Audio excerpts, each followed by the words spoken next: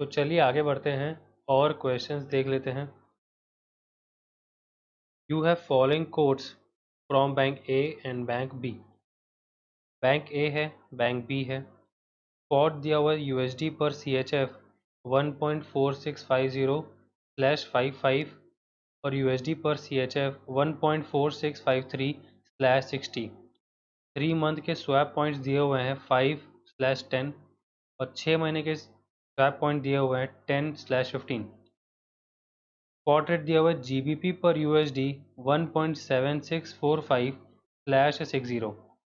तो जीबीपी पर यूएसडी का मतलब है कि यूएसडी आपका बेस करेंसी है।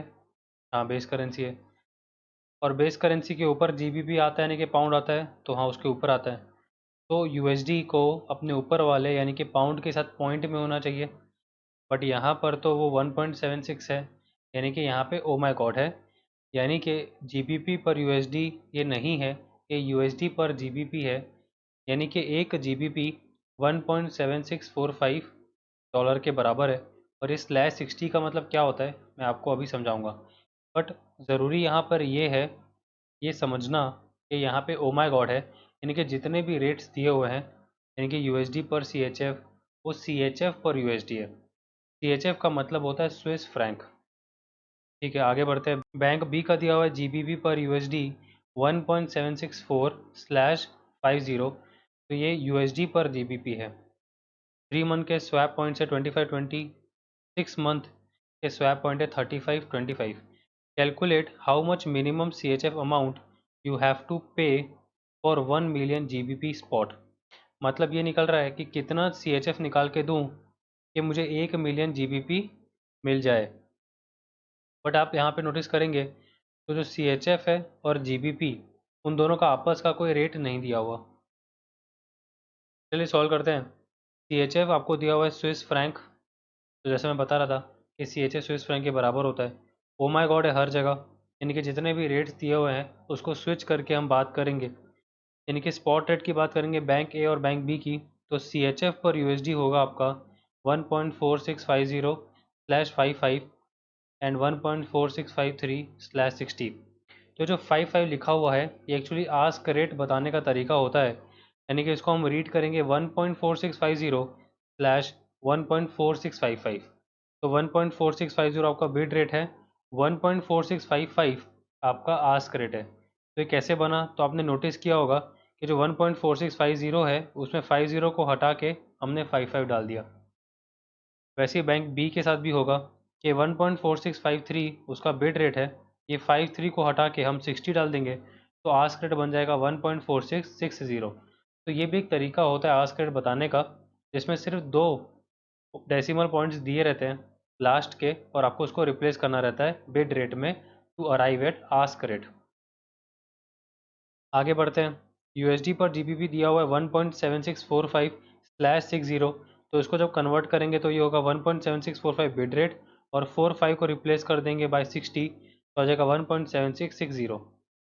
बैंक बी का है 1.7640/50, फिर इस 40 को रिप्लेस कर देंगे तो बन जाएगा आस्क रेट। तो हमारा एक्सचेंज रेट हो जाएगा 1.7640 which is the bid rate and 1.7650 which is the ask rate.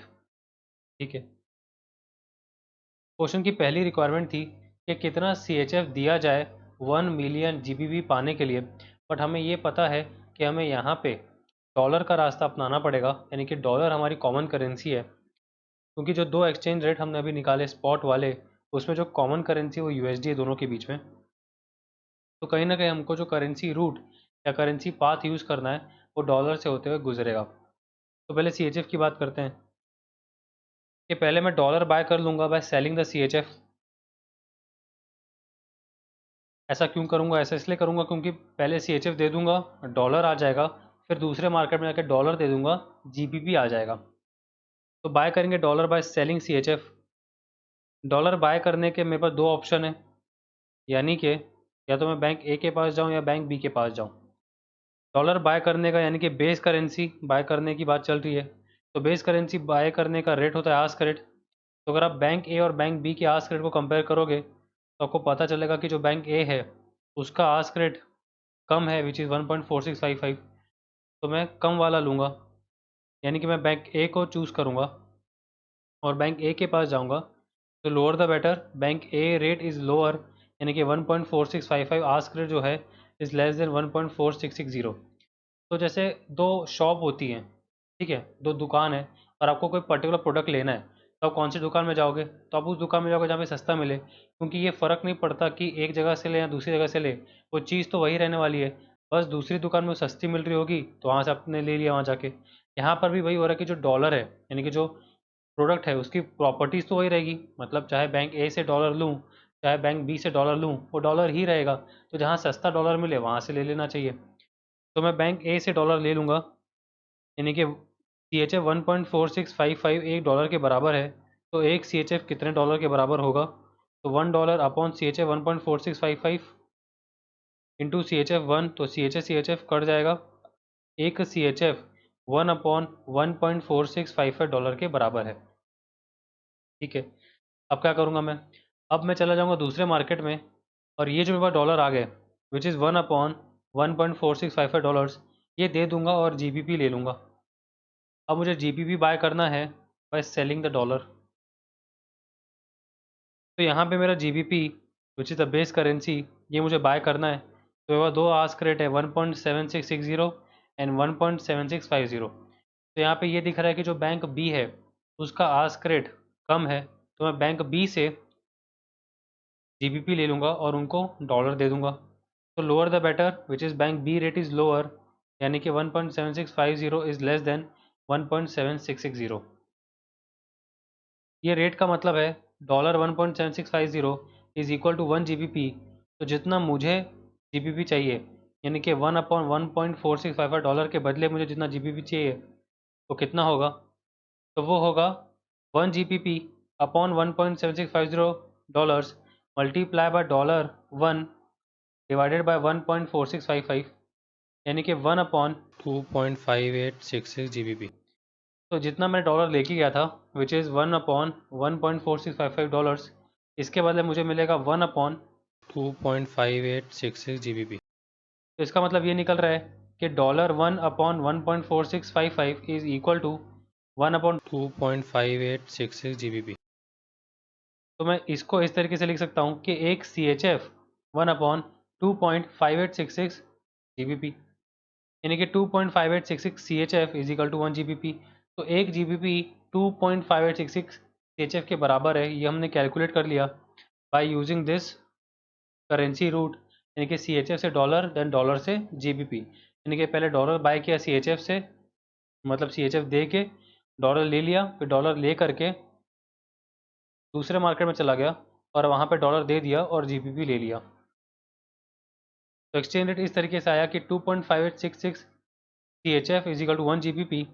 तो अगर एक GBP 2.5866 CHF के बराबर है, तो जितना मुझे CHF देना है, मतलब मुझे कितना GBP चाहिए, मुझे 1 मिलियन GBP चाहिए, यानी कि 10 लाख GBP चाहिए। तो इसके लिए कितना CHF देना पड़ेगा? तो 2.5866 CHF upon 1 GBP into 10 lakh GBP, GBP cancel हो जाएगा, CHF 25,86,600 आपको देना पड़ेगा टू गेट 1 मिलियन, यानी कि 10 लाख GBP। 25,86,600 CHF आपको देना पड़ेगा to get 1 million GBP spot. Considering the codes from bank A only for GBP पर CHF। तो GBP पर CHF का मतलब है CHF पर GBP। एक जगह ओ माई गॉड तो हर जगह oh my god. What are the implied swap points for spot over 3 months. ठीक है, तो हमें स्वैप पॉइंट्स निकालना है। कैसे निकलेगा? तो पहले बैंक ए को चूज़ करेंगे, बैंक बी को भूल जाएंगे। स्पॉट रेट CHF पर GBP का पहले निकाला जाएगा, पहला काम ये है। हमको ये पता है कि स्पॉट रेट में स्वैप पॉइंट का जब एडजस्टमेंट करते हैं तो फॉरवर्ड रेट आता है, यानी कि स्पॉट रेट ऑफ CHF पर GBP में अगर मैं इम्प्लाइड स्वैप पॉइंट्स 3 मंथ्स वाले एडजस्टमेंट कर दूं तो मुझे मिल जाएगा इम्प्लाइड फॉरवर्ड रेट CHF पर GBP। तो पहले मैं स्पॉट रेट निकाल लेता हूँ CHF पर GBP, फिर मैं इम्प्लाइड फॉरवर्ड रेट निकाल लेता हूँ CHF पर GBP, फिर बीच का जो डिफरेंस होगा वो मुझे स्वैप पॉइंट्स मिल जाएगा। तो सबसे पहले निकालेंगे स्पॉट रेट CHF पर GBP, फिर निकालेंगे फॉरवर्ड रेट CHF पर GBP, ये दोनों का डिफरेंस निकालेंगे, जिससे कि मुझे इम्प्लाइड स्वैप पॉइंट्स 3 मंथ के मिल जाएंगे। सबसे पहले स्पॉट रेट CHF पर GBP, तो CHF पर USD आपको एक्चुअल रेट दिए हुए हैं 1.4650 / 1.4655 और USD पर GBP दिया हुआ है 1.7645 एंड 1.7660। आप नोटिस करेंगे तो यहाँ पे अगर मैं दोनों एक्सचेंज रेट को आपस में मल्टीप्लाई कर दूँ, यानी कि CHF पर USD मल्टीप्लाई बाय USD पर GBP, तो USD कट जाएगा, यानी कि एक करेंसी कट जाएगी और आंसर आपको CHF पर GBP में मिलेगा। तो मुझे चाहिए भी CHF पर GBP और मिल भी रहा है CHF पर GBP, इस कारण से मैं क्रॉस नहीं करूँगा। मैंने आपको क्रॉस रेट सिखाया था कि क्रॉस रेट कैसे निकलता है, बट वहाँ पे एक इम्पॉर्टेंट चीज़ बताई थी कि कब क्रॉस नहीं करना है। तो तब क्रॉस नहीं करना है जब आपका मल्टीप्लाई करके कोई ना कोई करेंसी कैंसिल आउट हो जाए। यहाँ पे मल्टीप्लाई करने के कारण कोई करेंसी कैंसिल आउट हो जा रही है और हमें जो चाहिए विच इज़ CHF पर GBP वो हमें मिल जा रहा है, तो हम क्रॉस नहीं करेंगे। मतलब हम बिड को बिड से मल्टीप्लाई करेंगे और आस्क को आस्क से मल्टीप्लाई करेंगे, यानी कि 1.4650 इंटू 1.7645 / 1.4655 इंटू 1.7660, तो ये आ जाएगा 2.5850 / 2.5881। तो आपका स्पॉट CHF पर GBP आ गया 2.5850 2.5881। ये भी आपका इम्प्लाइड है, यानी कि ये आपका थ्योरेटिकल है, क्योंकि एक्चुअल में GBP के बदले CHF मार्केट में नहीं मिल रहा है।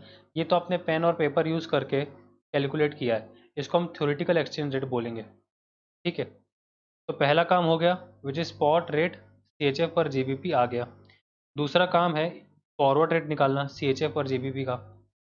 तो हमें CHF पर USD स्पॉट दिए हुए हैं 1.4650 एंड 1.4655 और स्वैप पॉइंट्स दिए हुए 3 महीने के 5/10।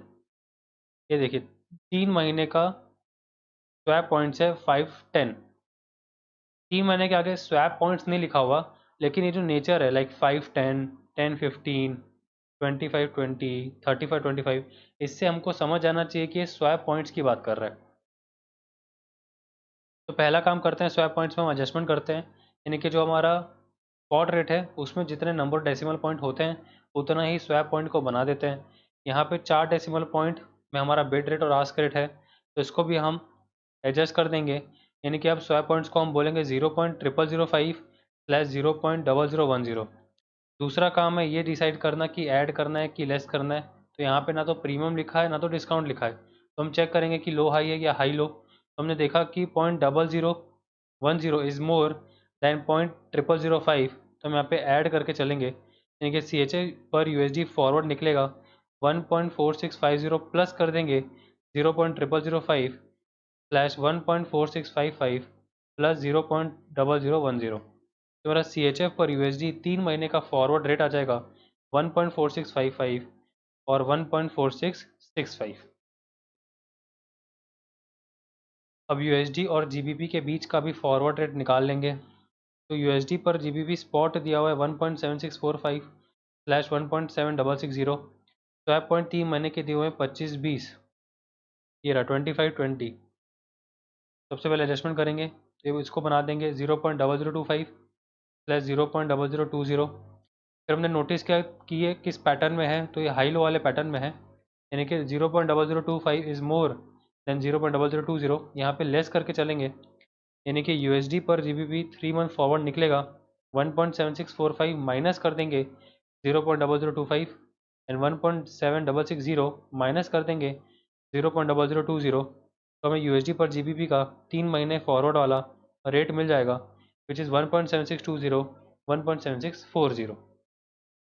तो CHF पर USD फॉरवर्ड वाला मिल चुका है, USD पर GBP फॉरवर्ड वाला मिल चुका है। तो सिंस दोनों मिल चुके हैं, अब हम क्या करेंगे, अब हम इन दोनों के बीच का रेट निकालेंगे, यानी कि CHF पर USD 3 महीना फॉरवर्ड इस 1.4655 / 1.4665, USD पर GBP 3 month forward 1.7620 / 1.7640।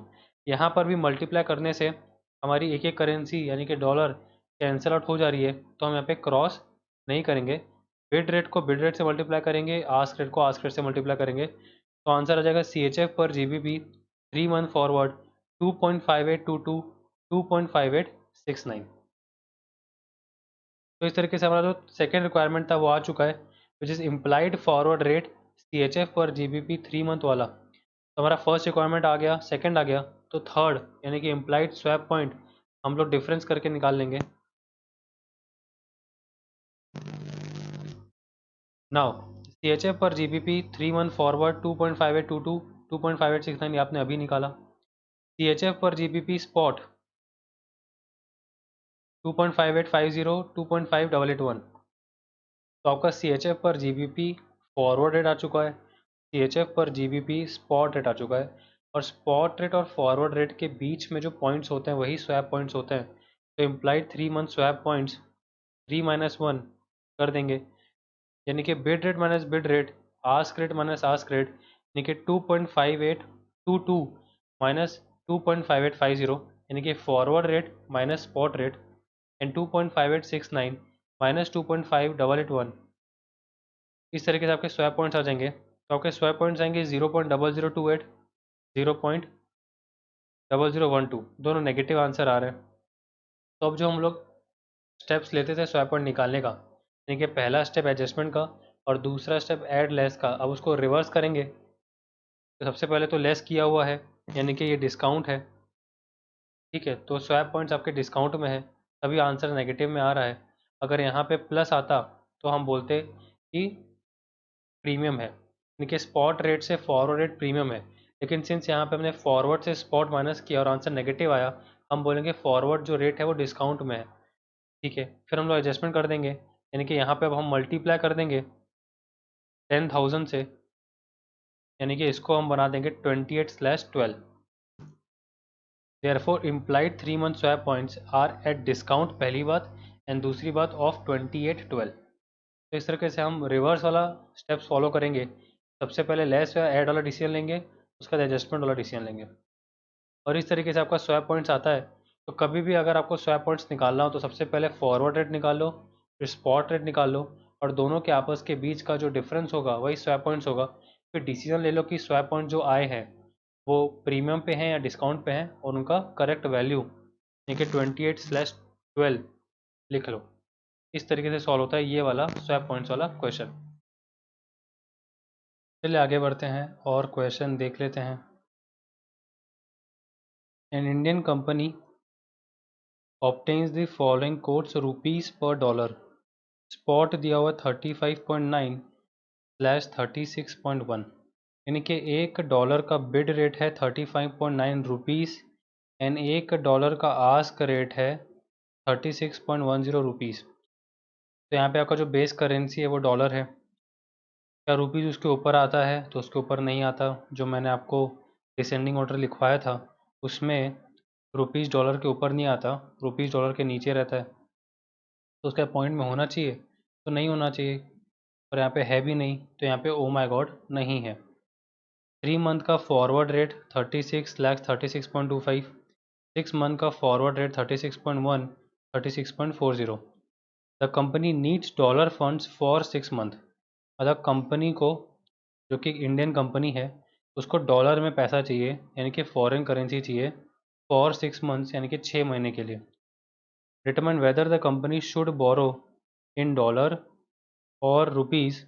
Interest rates are, 3 month का इंटरेस्ट रेट रुपीज़ का दिया हुआ है 12%, 6%, और 6 महीने का इंटरेस्ट रेट दिया हुआ है 11.5% एंड 5.5%। तो क्वेश्चन का पहला रिक्वायरमेंट क्या है?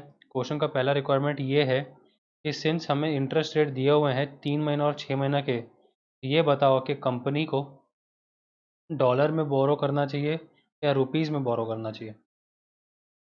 तो एक इंडियन कंपनी है जिसके लिए रुपीज़ होम करेंसी है, उसको डॉलर चाहिए यानी कि फॉरेन करेंसी चाहिए। दो ऑप्शन है उसके पास। पहला ऑप्शन है डॉलर बोरोइंग। डॉलर बोरोइंग में क्या होगा? T इज इक्वल टू 0 में, यानी कि आज बोरो करेंगे डॉलर एट द रेट 5.5%। 5.5 यानी कि डॉलर का 6 महीने का इंटरेस्ट रेट, यानी कि अगर आपको 6 महीने का लोन चाहिए तो 5.5% पर एनम का रेट लगेगा, यानी कि इंटरेस्ट लगेगा फॉर 6 मंथ। तो सबसे पहले क्या होगा? सबसे पहले आप प्रिंसिपल अमाउंट यानी कि डॉलर किसी न किसी लेंडर से ले लेंगे @5.5% पर एनम फॉर 6 मंथ्स। तो सिंस आज आपने डॉलर बोरो कर लिया, आपको पता चल गया कि 6 महीने बाद आपको डॉलर लौटाना है, जिसमें प्रिंसिपल भी लौटाना है और इंटरेस्ट भी लौटाना है। क्योंकि जो लेंडर है जिसने आपको डॉलर दिया यानी कि प्रिंसिपल अमाउंट दिया, वो इसलिए दिया क्योंकि 6 महीने बाद उसको आप प्रिंसिपल भी दे दोगे और इंटरेस्ट भी दे दोगे, जो कि डॉलर में होगा। तो सिंस आपको पता है कि 6 महीने बाद आपको डॉलर की ज़रूरत पड़ सकती है, आपने बाय कर लिया डॉलर फॉरवर्ड 6 महीने वाला, यानी कि आप बैंक के पास गए और फॉरवर्ड कॉन्ट्रैक्ट कर लिया, जिसमें आपने पोजीशन ले ली बाय वाली, यानी कि कॉन्ट्रैक्ट टू बाय कर लिया द डॉलर, यानी कि आपने कॉन्ट्रैक्ट कर लिया to buy the dollar after 6 months from the bank. 6 महीने बाद क्या होगा? 6 महीने बाद सबसे पहले आप बैंक के पास जाओगे, बैंक के पास जाओगे, कुछ रुपए दे दोगे निकाल के और डॉलर ले लोगे। क्यों? क्योंकि कॉन्ट्रैक्ट किया हुआ था बैंक के साथ, फॉरवर्ड कॉन्ट्रैक्ट।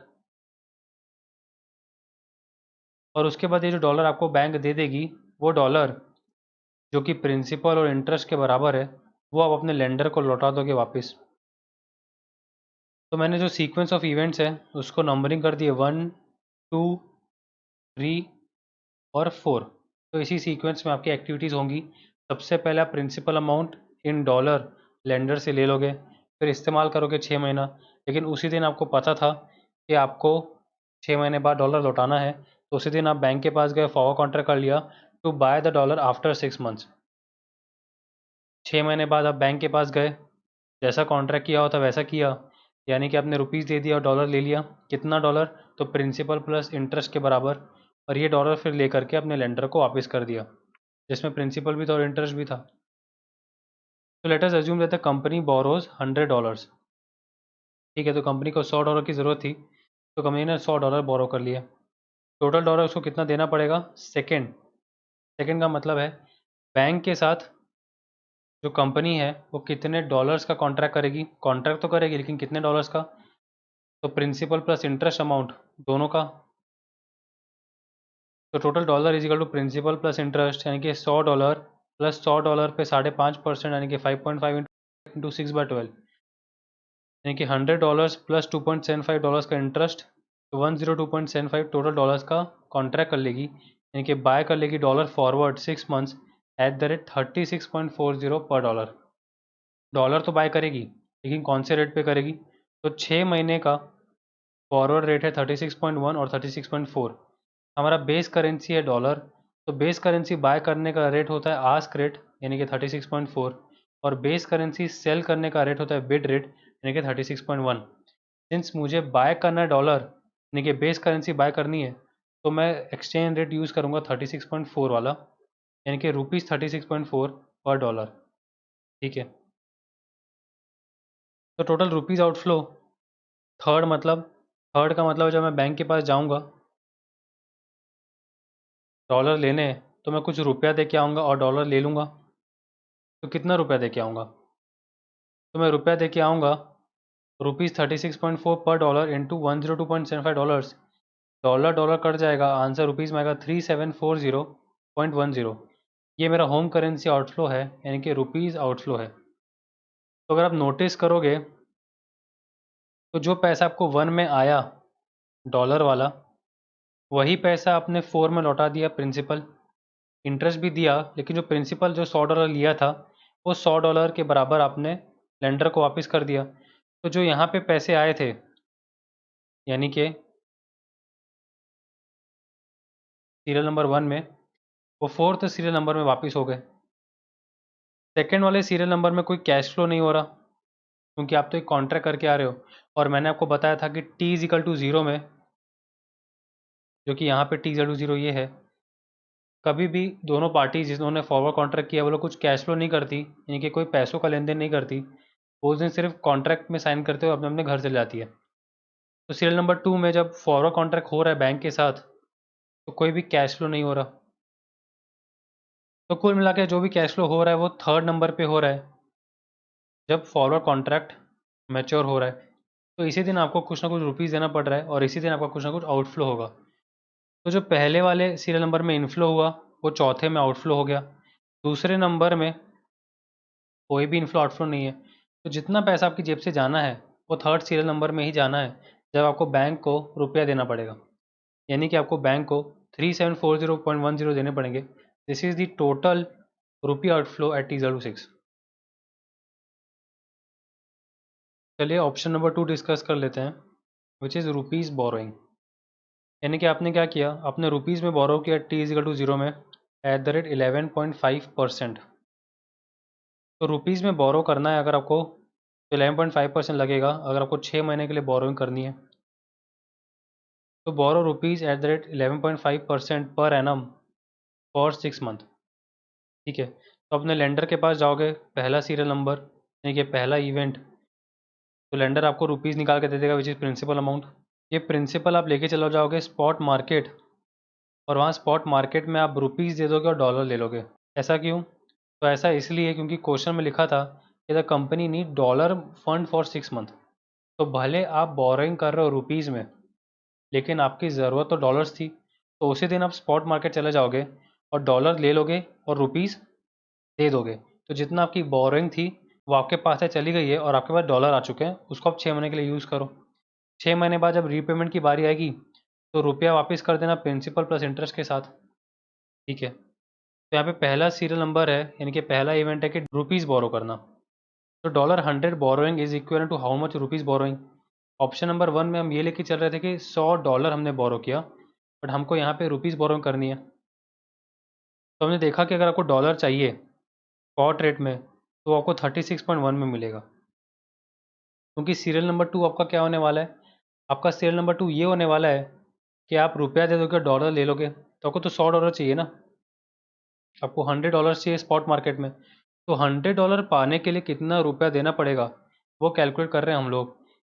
तो यहाँ पे हमने पाया कि डॉलर अगर आपको चाहिए तो 36.1 में मिलेगा $1। तो अगर $1 36.1 रुपीज़ में मिलेगा तो $100 कितने रुपए में मिलेंगे, तो ₹36.1 अपॉन $1 इंटू $100, तो डॉलर डॉलर कट जाएगा।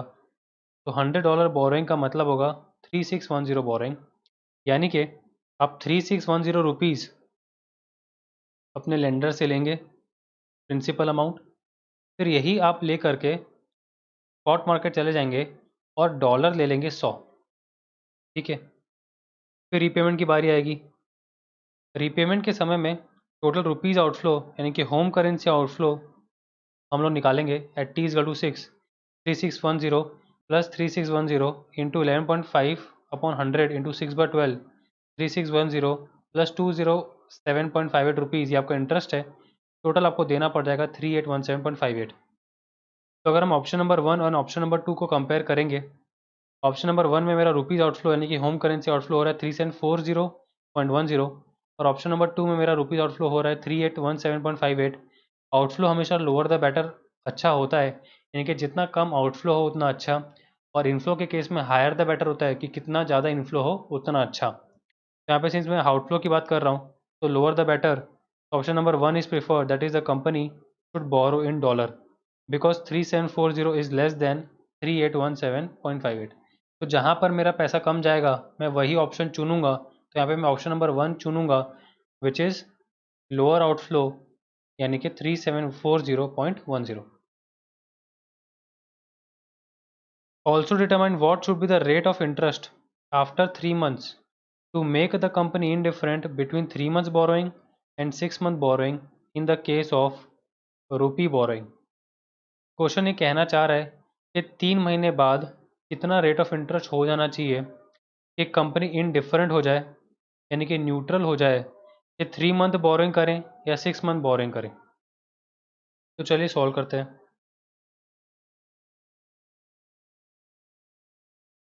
ये सबसे पहले रुपी बोरोइंग की बात चल रही है। अगर अपन रुपी बोरोइंग की बात करें, यानी कि जो हम बोरो करना चाहते हैं वो रुपी वाली करेंसी में बोरो करें, तो T=0 से लेकर के T=6 यानी कि 6 महीने के लिए 11.5% पर एनम का रेट लगेगा, यानी कि 0.115। अगर T=0 में 3 महीने का लोन लेता हूँ तो 12% रेट लगेगा, यानी कि 0.12। ठीक है, तो क्वेश्चन ये आपसे मांग रहा है कि T=3 से लेकर के T=6, ये जो 3/6 वाला एरिया है ना, यहाँ पर जो रेट है यानी कि आफ्टर 3 मंथ फॉर 3 मंथ कितना होना चाहिए क्योंकि क्वेश्चन मार्क, कि आप इनडिफरेंट हो जाओ, यानी कि आप न्यूट्रल हो जाओ। कब? तो t0 में न्यूट्रल हो जाओ कि भले मैं 6 महीने के लिए एक साथ पैसा बोरो करूं या फिर 3 महीने के लिए बोरो करूं, फिर जो पैसा बनेगा उसको फिर 3 महीने के लिए और बोरो करूं। ठीक है, ये चीज़ हमने FRA कंसेप्ट में देखी थी।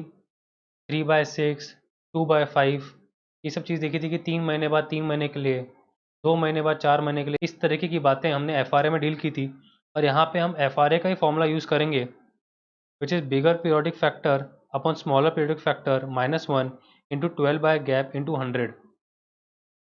तो यहाँ पे मेरा 3/6 FRA रेट निकलेगा 1 + 0.115 इंटू 6/12 डिवाइडेड बाई 1 + 0.12 इंटू 3/12। ऐसा इसलिए किया क्योंकि जो 0.115 है वो साल भर का रेट है और 6 महीने का रेट है, तो इसको मैं 6 महीने का बना दिया। और जो 12% है वो साल भर का रेट है और उसको मैंने 3 महीने का बना दिया। -1 इंटू 12 बाय गैप, तो 6 महीना माइनस 3 महीना इंटू 100, तो 1 + 0.0575 divide by 1 + 0.03 -1 into 12/3 into 100, 0.02669 into 4 into 100, 10.68% आपका आंसर आएगा। ये 3/6 जो FRA है, यानी कि ये वाला जो रेट है, ये 10.68% होना चाहिए, तो आप इनडिफरेंट हो जाओगे। इसको मैं प्रूव करके बताता हूँ आपको दैट हाउ इट वर्क्स। तो जैसा मैं कह रहा था कि इनडिफरेंस पॉइंट का मतलब है कि 6 महीने की बोरिंग करो या फिर 3 महीने की बोरिंग पहले करो, फिर जो आपका प्रिंसिपल इंटरेस्ट बन जा रहा है उसको फिर 3 महीने के लिए और बोरो करो। यानी कि 11.5% या तो 6 महीने के लिए एक साथ बोरो कर लो पैसा, या तो 3 महीने के लिए 12% बोरो करो, फिर अगले 3 महीने 10.68% बोरो करो। तो इसका अगर फैक्टर बनाएंगे तो ये बनेगा 1 + 0.115 इंटू 6/12, यानी कि 1.0575। और 12% का अगर अपन फैक्टर बनाते हैं जो हमने अभी भी बनाया, विच इज़ 1 + 0.12 इंटू 3/12, मल्टीप्लाई कर देंगे 1 + 0.1068 इंटू 3/12, तो हो जाएगा 1.03 इंटू 1.0267, तो 1.0575 इज इक्वल टू 1.0575। इससे ये प्रूव हो जाता है कि अगर आप एक साथ 6 महीने का पैसा उठाना चाहे 11.5% पे तो भी कोई दिक्कत नहीं है, या फिर आप पहले 3 महीने के लिए यानी कि t = 0 से लेकर के t = 3 12% पे लोन ले लो, फिर 12% पे जो लोन लिया है उसका कुछ इंटरेस्ट कैलकुलेट करो और प्रिंसिपल अमाउंट, उन दोनों को आप अगले 3 महीने के लिए अगर 10.68% पे बोरो करते हो तो आपकी जेब से जो इंटरेस्ट का अमाउंट जाना है वो इक्वल जाना है। ठीक है, तो ये मैंने आपको रूपी बोरिंग समझा दिया। सेम टू सेम आपका डॉलर बोरिंग बनेगा। डॉलर में 3 महीने का रेट है 6% पर एनम और 6 महीने का इंटरेस्ट रेट है 5.5%। एक इम्पॉर्टेंट चीज़ है जो नोट करने वाली ये है कि भले यहाँ पे 3 मंथ इंटरेस्ट रेट लिखा है तो भी आपको इसको पर एनम ही मानना है, आपको इसको 3 महीने का नहीं मानना। और भले यहाँ पे 6 महीने का इंटरेस्ट रेट लिखा है, ये 6 महीने का इंटरेस्ट रेट नहीं है, इसको आपको 6 महीने का बनाना पड़ेगा। तो चलिए आते हैं हमारे डिस्कशन में वापस, विच इज़ डॉलर बोरोइंग। अगर आप t0 से t6 में डॉलर बोरो करेंगे तो 5.5% लगेगा, यानी कि 0.055 पर एनम। अगर t0 से लेकर के t3 में बोरो करेंगे तो 6% लगेगा, यानी कि 0.06। 3/6 FRA निकालना है। FRA का फॉर्मूला यूज़ कर देंगे, bigger periodic factor upon smaller periodic factor -1 into 12 by gap into 100। 3/6 FRA rate is equal to 1 + 0.055 into 6/12 upon 1 + 0.06 into 3/12 -1 into 12 by 6 - 3 into 100, 1 + 0.0275 divided by 1 + 0.015 -1 into 12/3 into 100, 0.01231 into 4 into 100, approximately answer आएगा 4.93%। इसका मतलब ये निकल रहा है कि अगर आप 6 महीने के लिए डॉलर बोरो करो तो 5.5% पर एनम के रेट से ब्याज यानी कि इंटरेस्ट लगेगा, या तो आप t0 में 3 महीने के लिए 6% पे बोरो करो और फिर जो प्रिंसिपल इंटरेस्ट बन जाएगा उसको अगले 3 महीने के लिए 4.93% पे अगर आप बोरो करते हो तो आप इनडिफरेंट हो जाओगे यानी कि आप न्यूट्रल हो जाओगे कि मैं 6 महीने की एक साथ बोरोइंग करूं या फिर 3 महीना करके बोरोइंग करूं। ओके।